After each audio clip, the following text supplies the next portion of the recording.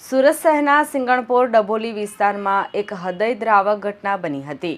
રાજપૂત ફળિયામાં રહેતા 24 વર્ષીય ભાવેશ ચુડાસમા અને 23 વર્ષીય તેજલ ચુડાસમાએ અગમ્ય કારણોસર પોતાના જ ઘરમાં ગળે ફાંસો ખાઈ આપઘાત કરી લીધો હતો.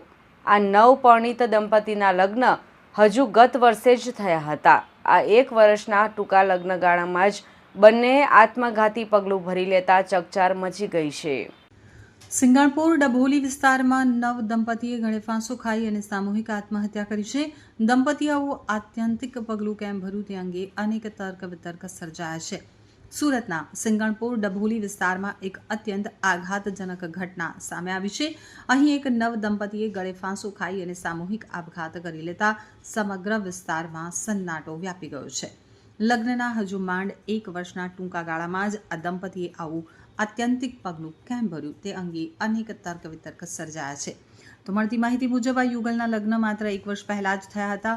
બંને પોતાના ઘરે સુખેથી જીવન વિતાવી રહ્યા હતા, પરંતુ અચાનક આજે કોઈ અગમ્ય કારણોસર પતિ અને પત્ની બંને પોતાના ઘરે પંખા સાથે ગળે ફાંસો ખાઈ જીવન લીલા સંકેલી લીધી હતી.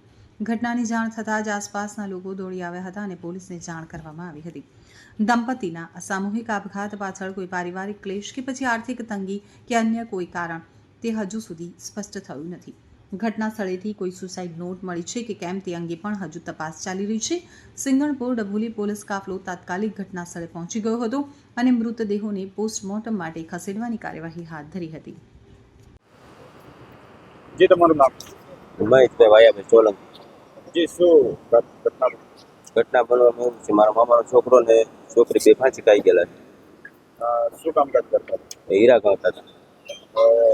કયા વિસ્તારમાં રહેતા? ડભોલી. શું પોલીસ પ્રશાસન પાસે પોલીસ પ્રશાસન પાસે એવું માગે કે આવડા જે ફાંસી ખાધેલી છે એની કાર્યક્રમ અહીંયા થાય અને એનો તપાસ થાય, એના માટે અમને ન્યાય મળવો જોઈએ. છેલ્લા કેટલા સમયથી સુરત શહેરમાં રહેતા? 5 વર્ષ તારીખ છે. પરિવારમાં કોણ? પરિવારમાં 3 ભાઈ છે, એક બેન છે, મમ્મી પપ્પા છે, દાદા દાદી છે. શું રત્ના કલાકાર તરીકે તેમને કોઈ નોકરી છૂટી ગઈ એવું કોઈ બનાવ? ના, નોકરી નથી કરતા, નોકરી કરવાની નથી, કોલેજ કરેલા છે.